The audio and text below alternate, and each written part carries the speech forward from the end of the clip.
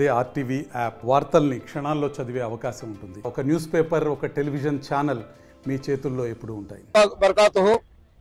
సోదరులారా, మీరందరికీ తెలుసు, ఎవరైతే మధ్యతరగతి కుటుంబాలకు చెందిన మా ముస్లిం సోదరులు ఉమ్రాకి వెళ్ళాలని నాజ్ ఉమ్రా ట్రావెల్స్ వాళ్ళ దగ్గర డబ్బులు కట్టడము, పాస్పోర్ట్లు ఇవ్వడము, ఆ నాజ్ ఉమ్రా ట్రావెల్స్కి చెందిన వ్యక్తి వీళ్లను మోసం చేసేసి వీళ్లకు ఉమ్రాకు పంపించకుండా అజ్ఞాతంలో వెళ్ళిపోయాడు. దాని తర్వాత కొంతమంది కంప్లైంట్ కూడా ఇవ్వడం జరిగింది.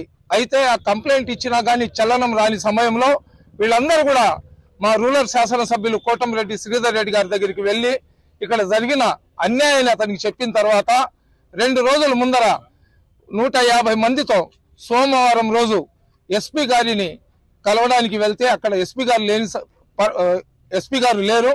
అప్పుడు అడిషనల్ ఎస్పీ మేడం గారికి కంప్లైంట్ ఇచ్చి రావడం జరిగింది. అక్కడ జరిగిన సంఘటన గురించి అస్లాం సాబిర్ ఖాన్ నేను శ్రీధర్ రెడ్డికి వివరించిన తర్వాత చాలా తీవ్ర స్థాయిలో శ్రీధర్ రెడ్డి గారు ఎస్పీ గారితో మాట్లాడడం, అదేవిధంగా డిఐజీ గారితో మాట్లాడడం, డీజీపీ గారు కూడా మాట్లాడి అవసరమైతే ఒక 4 టీంలు సిఐ క్యాడర్ ఉన్న అధికారులతో 4 టీంలు వేసి ఎవరైతే ఈ నాజ్ ఉమ్రా ట్రావెల్స్ కి సంబంధించిన వ్యక్తి ఉన్నాడో అతన్ని ఇమ్మీడియట్ గా అరెస్ట్ చేసి నెల్లూరుకు తీసుకొని రాడని చెప్పడం జరిగింది.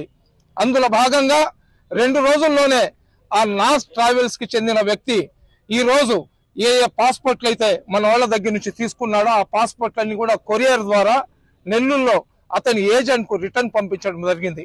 ఆ పాస్పోర్ట్లన్నీ తీసుకొని వచ్చి ఈ రోజు సిఏ గారికి సబ్మిట్ చేసినాం.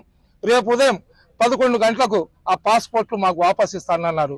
డబ్బులు పోయినా కానీ సంపాదించుకోగలుగుతాం కానీ ముస్లింలకు పాస్పోర్ట్ పోతే తీసుకొని వచ్చే పరిస్థితి ఈ రోజు భారతదేశంలో లేదు. అదేవిధంగా ఒక పాస్పోర్ట్ తయారు చేసుకోవాలంటే ఎన్నో ఆంక్షలు, ఎన్నో కట్టుబాట్లు ఉంటాయి. అటువంటిది వీళ్ళు పాస్పోర్ట్లు చేయించుకొని పాస్పోర్ట్ ని తీసుకొని అతను దుర్వినియోగం కానీ చేసేస్తుంటే వీళ్ళలో ఎంతో మంది రకరకాల కేసులు ఇరుక్కునేవారు. అల్లా మీద మాకు పూర్తి నమ్మకం, విశ్వాసం ఉంది.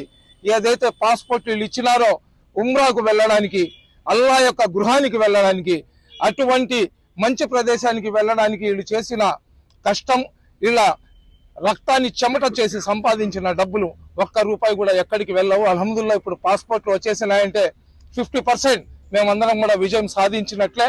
అదేవిధంగా నేను సోదరులకు ఒకటే కోరుకుంటున్నా, ఎవరో వచ్చేసి మేము మీకు తక్కువ రేటుకి ఉమ్రాకు పంపిస్తామంటే వెళ్ళబాకండి.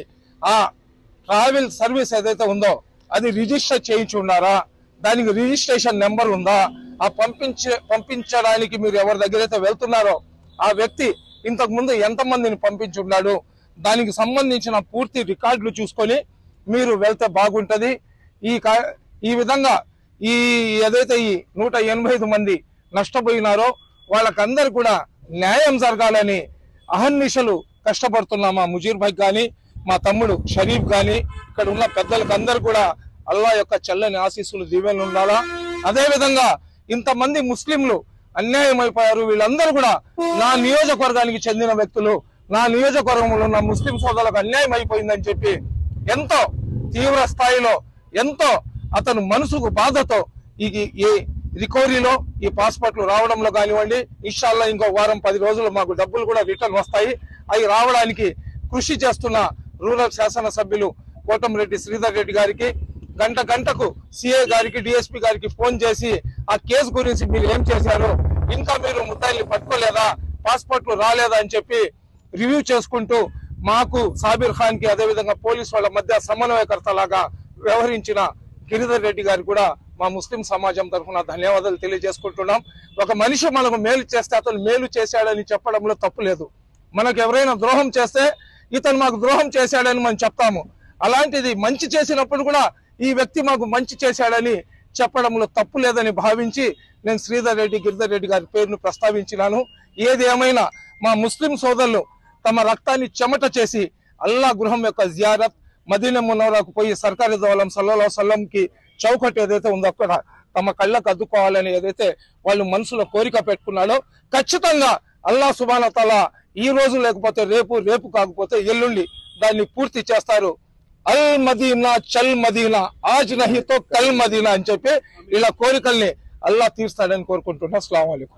లేటెస్ట్ అప్డేట్స్ కోసం వాట్సాప్ ఛానల్ ని ఫాలో అవ్వండి. ఆ లింక్ డిస్క్రిప్షన్ లో ఉంది.